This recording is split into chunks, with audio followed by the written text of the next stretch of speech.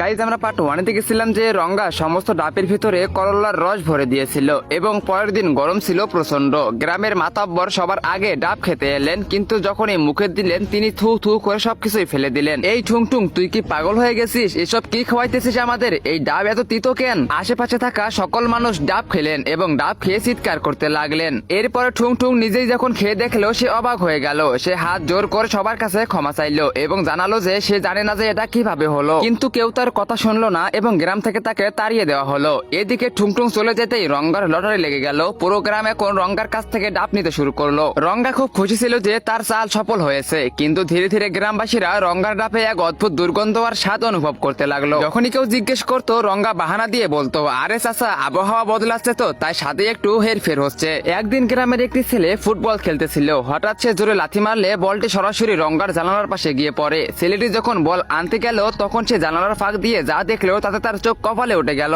দেখলো যে রঙ্গা নোংরা পানি আর সস্তা চিনির শরবত বানিয়ে সিরিজ দিয়ে পুরনো ডাবের ভিতরে ভরতেছিল, আর তার স্ত্রী পাশে দাঁড়িয়ে চিৎকার করে বলতেছিল, বন্ধ করো তোমার এই পাপ, তুমি তো ঠুংঠুংকে তাড়ালে, এবার তুমিও যাবে। কিন্তু রঙ্গা ধমক দিয়ে বলল, চুপ কর অলক্ষী, একদম কথা বলবি না। সবকিছুই দেখে শুনে ছেলেটি তৎক্ষণাৎ দৌড়ে গ্রামের মাতাব্বরের কাছে চলে গেল এবং সব সত্যি বলে দিল। সত্যিটা শুনে গ্রামের সকল মানুষ রাগে ফেটে পড়লো। সবাই মিলে রঙ্গার বাড়িতে চড়াও হলো, তাকে ধরা হলো, উত্তম মাধ্যম দেওয়া হলো এবং চিরকালের জন্য গ্রাম থেকে বের করে দেওয়া হলো। এরপর সবাই মিলে ঠুংঠুংকে সুসম্মানে ফিরিয়ে আনলো এবং হাত জোর করে তার কাছে ক্ষমা চাইলো। তখন সবাই বুঝতে পারলো যে প্রতারণা যতই দ্রুত দৌড়ক না কেন, সত্য আর সত্যতা তাকে ধরেই ফেলে।